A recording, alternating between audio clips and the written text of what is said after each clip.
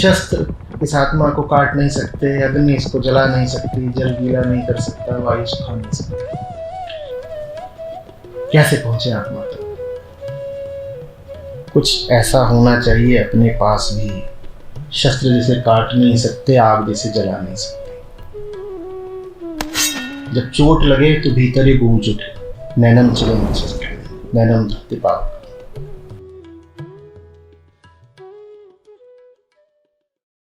बचपन में मुझे मम्मी पापा और स्कूल ने सिखाया कि कोई काम छोटा या बड़ा नहीं होता, और साथ ही मुझ पर दबाव बनाया कि कुछ गिने चुने काम ही करना। मैंने कहा मुझे गायक बनना है। वो बोले नहीं, तुम्हें MBA करना है। आज मैं MBA हूँ और बहुत दुख में हूँ। आज मुझे पता चल रहा है कि वास्तव में कुछ काम छोटे और कुछ काम बड़े होते हैं। मेरे माँ बाप मुझे गलत बात क्यों सिखाते रहे, मुझे गलत काम की ओर क्यों धकेलते रहे? देखो भाई,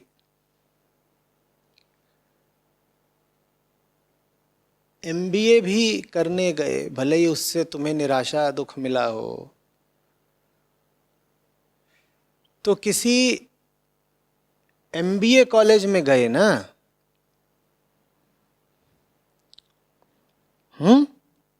कोई प्रबंधन संस्थान रहा होगा, इंस्टीट्यूट ऑफ मैनेजमेंट, वहां ही गए होगे MBA करने। मैनेजमेंट सीखना है तो कहाँ गए? मैनेजमेंट इंस्टीट्यूशन में, ठीक है ना। चिकित्सा सीखनी होती तो कहाँ जाते? मेडिकल कॉलेज में। इतनी सी बात तो हम भौतिक विषयों पर भी जानते हैं कि लागू होती है। क्या? जो चीज सिखाने का जो हकदार हो, विशेषज्ञ हो, उसके पास जाओ ना। तुमने MBA घर पर ही क्यों नहीं कर लिया? पापा कमा के लाते हैं, वो फाइनेंस सिखा देते, और मम्मी घर चलाती हैं, वो ऑपरेशंस मैनेजमेंट सिखा देती, ह्यूमन रिसोर्स सिखा देती। दादा दादी स्ट्रेटजी सिखा देते, बहन मार्केटिंग सिखा देती।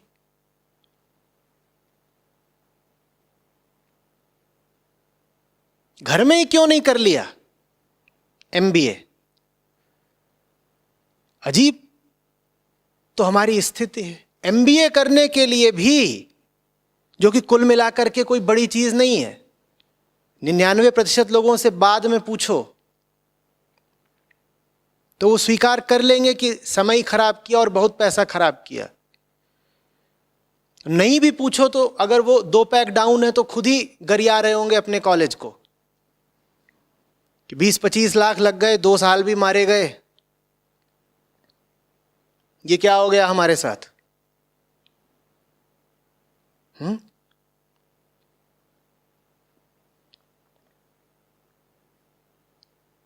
उस MBA के लिए भी, जो इतनी छोटी चीज है जिसको हमने बहुत बड़ा हुआ बना रखा है, उसके लिए भी तुम घर से बाहर निकल करके किन्हीं विशेषज्ञों के पास जाते हो, ठीक? और जब जीवन के बड़े बड़े निर्णयों की बात आती है, जीवन के अर्थ की ही बात आती है, जीवन के मूल सिद्धांतों और शिक्षा की बात आती है, तो उसके लिए तुम मम्मी पापा से सीख लेते हो। मम्मी पापा से ही सीखना है तो तुम MBA, MBBS, MTech, PhD, MD, DM सब घर पे ही किया करो।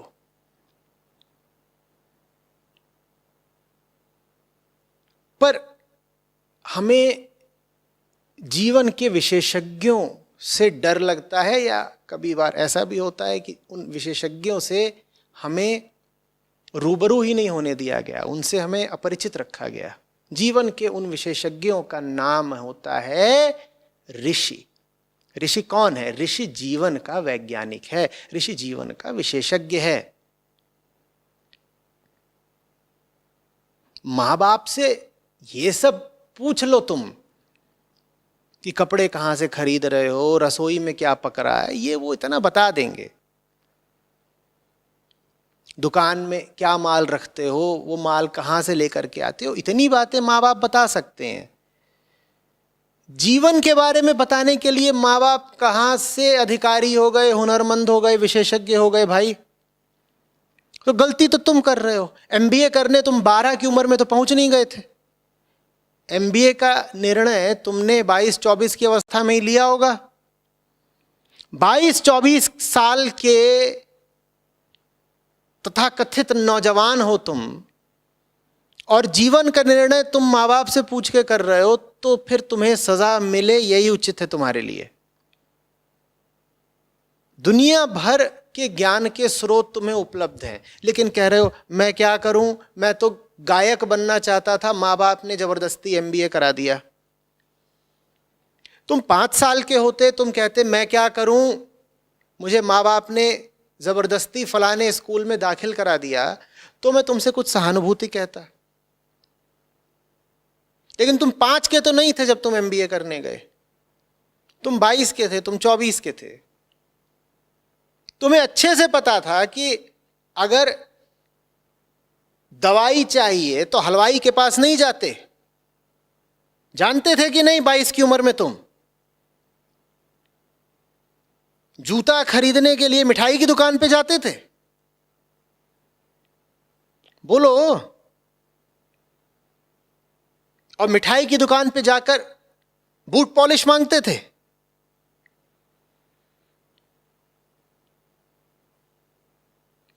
समझ चुके थे ना 22-24 की उम्र में कि जो चीज जहां मिलती है वहीं से लेनी चाहिए।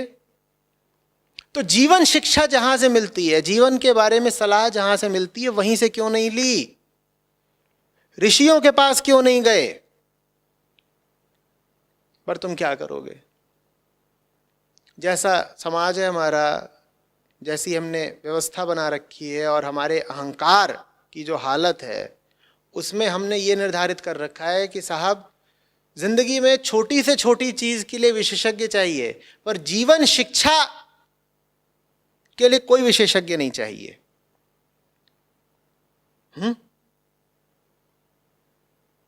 उसके लिए तो हम ही बहुत है, हमसे पूछो हम बताएंगे ना। और आपके पास पात्रता क्या है बताने की? हमारे पास पात्रता यह है कि हम 60 साल के हैं या हम 40 साल के हैं। तो 40 साल तक कोई बेहोश पड़ा रहे, सोता रहे, तो उससे उसमें बड़ी बुद्धि, बड़ा बोध आ जाएगा। और आपने तो अपना पूरा जिंदगी, पूरा जीवन ही बेहोशी में गुजारा है। आप में कहां से पात्रता आ गई किसी को जीवन शिक्षा देने की?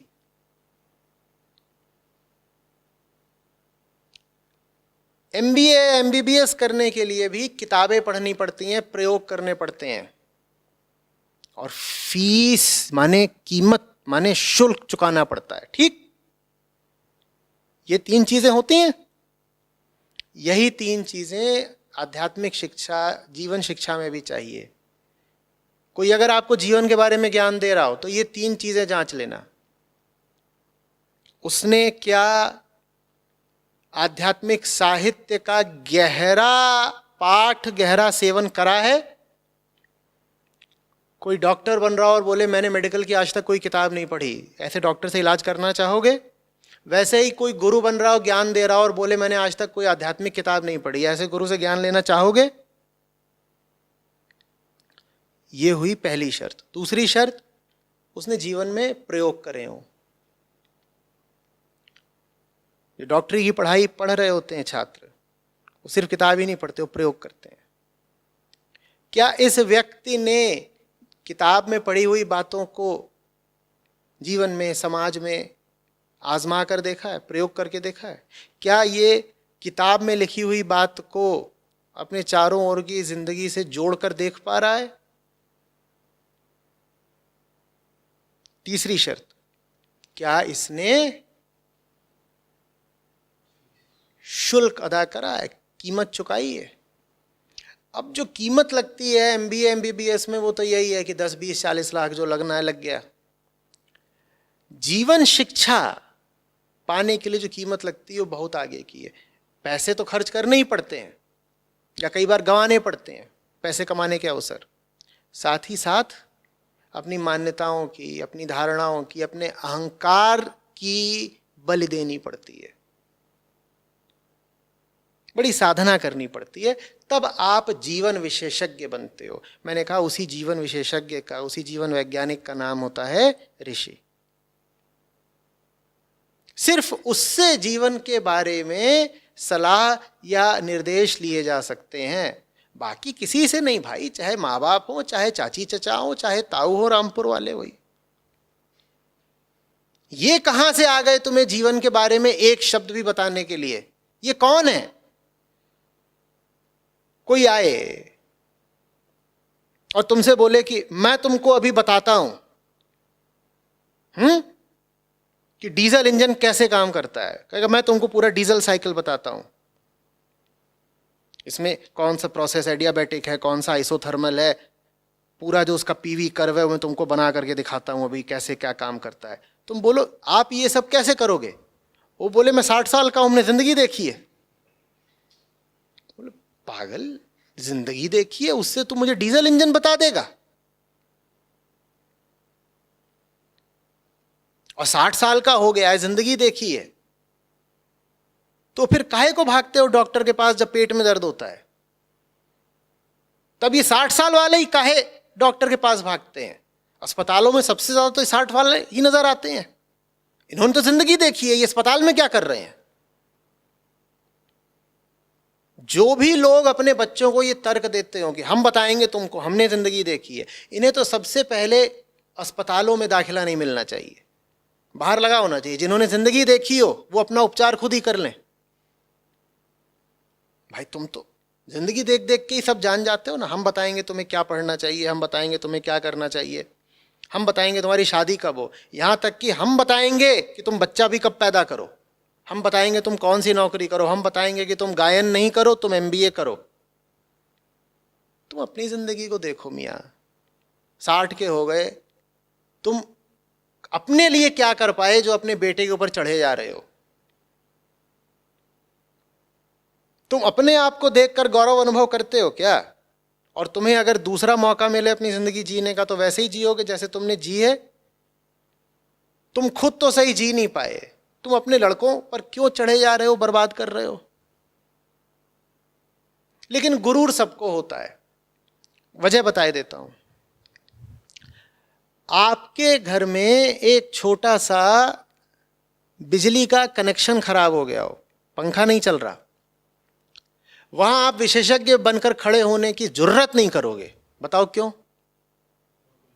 बहुत जोर का झटका पड़ेगा और तत्काल पड़ेगा और शरीर पर पड़ेगा, चित्त गिरोगे और हाय हाय कांपोगे बिल्कुल। पहले एक विज्ञापन आया करता था, न जाने कौन से स्विच का, जिसमें सब एक दूसरे को पकड़ के नाचने लगते थे क्योंकि उनको बिजली का झटका लग रहा है। वो हालत हो जाएगी पूरे खानदान की।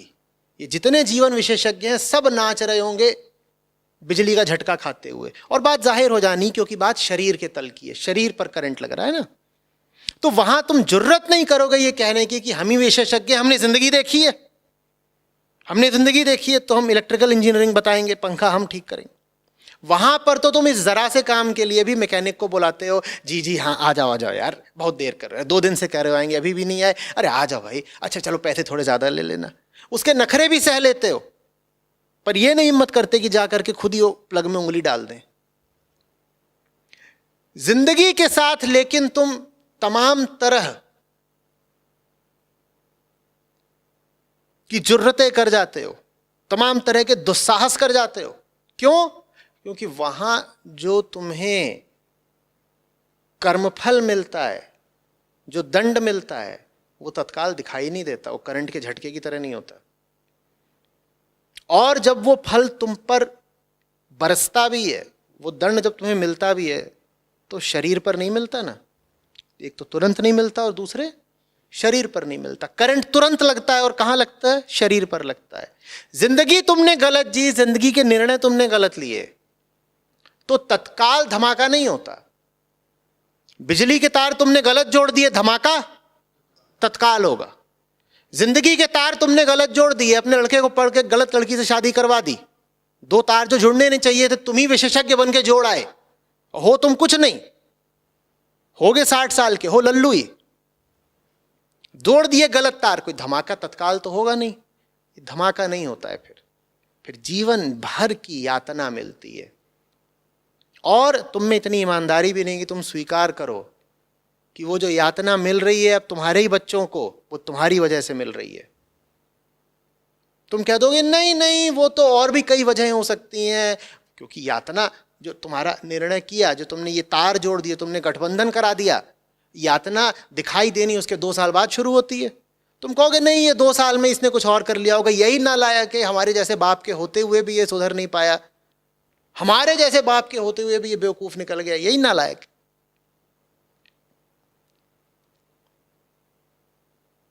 धमाका तत्काल हो गया होता अगर कोई ऐसी व्यवस्था होती अस्तित्व में कि विवाह की वेदी प्रज्वलित है और पंडित आता है और लड़की का वो वस्त्र लेता है और लड़के का लेता है और जहां गांठ बांधता है तहां भड़ाम शॉर्ट सर्किट हो गया और पूरे मोहल्ले में अंधेरा, जबरदस्त विस्फोट। तब ये जितने इकट्ठा हुए थे, ताऊ ताई, फूफा फूफी, दोनों तरफ के लड़की लड़का, तब बच्चों की अकल ठिकाने आती कि हमने कौन सा तार से क्या जोड़ दिया। तत्काल होता ही नहीं धमाका। फिर ये जो तुम्हारे लड़के बच्चे होते हैं, इनकी जिंदगियां सुलगती रहती हैं।